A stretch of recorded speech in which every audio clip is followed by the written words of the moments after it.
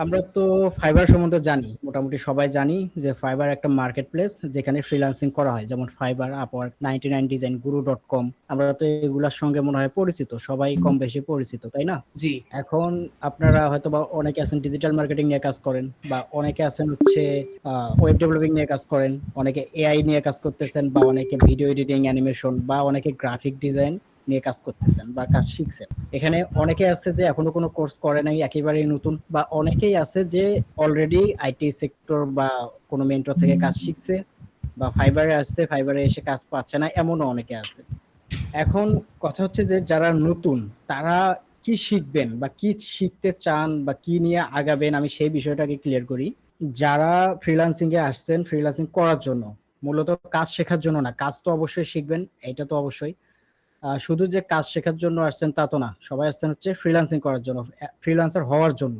কাজ শেখা এবং ফ্রিল্যান্সার হওয়া, এটা কিন্তু পার্থক্য আছে, দুইটা পার্থক্য আছে। আমি শুধু কাজ শিখলাম, আমি একটা গ্রামে বা এলাকায় দোকান দিলাম, এটা আলাদা হিসাব। যে কাজ শিখলাম আমার নিজের জন্য, নিজে আয় রোজগারের জন্য, বা আমি কোথাও হচ্ছে শিক্ষকতা করবো হ্যান ত্যান, এগুলোর জন্য কাজ শেখা হয়। আর একটা আছে ফ্রিল্যান্সিং করার জন্য। ফ্রিল্যান্সিং বলতে আমরা কি বুঝি? আউটসোর্সিং, ফ্রিল্যান্সিং, এগুলা কিন্তু তফাৎ আছে, দুইটার মধ্যে তফাৎ আছে।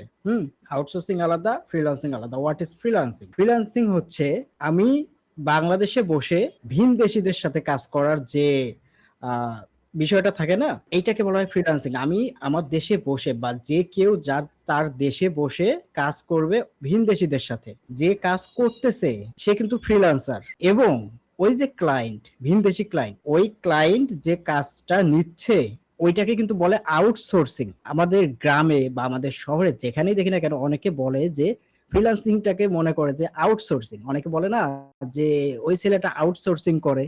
আসলে আউটসোর্সিং ও করে না, যে ক্লায়েন্ট সে করতেছে। কারণ ক্লায়েন্ট আউটসোর্সিং এর মাধ্যমে আপনাকে খুঁজে পাইছে, খুঁজে পাওয়ার পর আপনার কাছ থেকে তার ক্যাটাগরি অনুযায়ী সে কাজ নিচ্ছে, ফ্রিল্যান্সিং প্ল্যাটফর্ম থেকে আপনার কাছ থেকে কাজ নিচ্ছে। সো এইটাকে বলা হয় আউটসোর্সিং। এবং আপনি ফ্রিল্যান্সিং প্ল্যাটফর্মের মাধ্যমে তাকে কাজ দিচ্ছেন, এইটাকে বলা হয় ফ্রিল্যান্সার। এখন কথা হচ্ছে যারা ভাই ইউটিউবের মধ্যে কাজ করে, ইউটিউব কন্টেন্ট ক্রিয়েট করতেছে, ফেসবুক কন্টেন্ট ক্রিয়েট করতেছে, তারপর টিকটক করতেছে, এদের মধ্যে কিন্তু অনেকটা পার্থক্য আছে। টিকটকার আলাদা, ইউটিউবে যারা কাজ করে ইউটিউবার আলাদা, এবং যারা ফ্রিল্যান্সিং করে মার্কেট প্লেসে তারা কিন্তু আলাদা। ইভেন আমি যদি বলি যে আউটসাইড মার্কেট প্লেসে অনেকে কাজ করতেছে, তাদের তাইলে কি বলবো আমরা? মনে করেন আপনি ফাইবারে আছেন বা আপওয়ার্কে আছেন, আপনার কিন্তু আইডেন্টিটি আছে। আপনি একজন টপ রেট সেলার হন, লেভেল 2 সেলার হন, বা লেভেল 1 সেলার হন, আপনার আইডেন্টিটি আছে, আপনার একটা অ্যাকাউন্ট আছে ওইখানে। সো আপনার এই আইডেন্টিটিটার কারণেই আপনি কিন্তু একজন ফ্রিল্যান্সার। সো আমি আশা করি এটা বোঝাইতে পারছি যে what is freelancer and what is outsourcing. Freelancing কি আউটসোর্সিং কি, এই বিষয়টা নতুনরা হয়তো বা ক্লিয়ার এখন।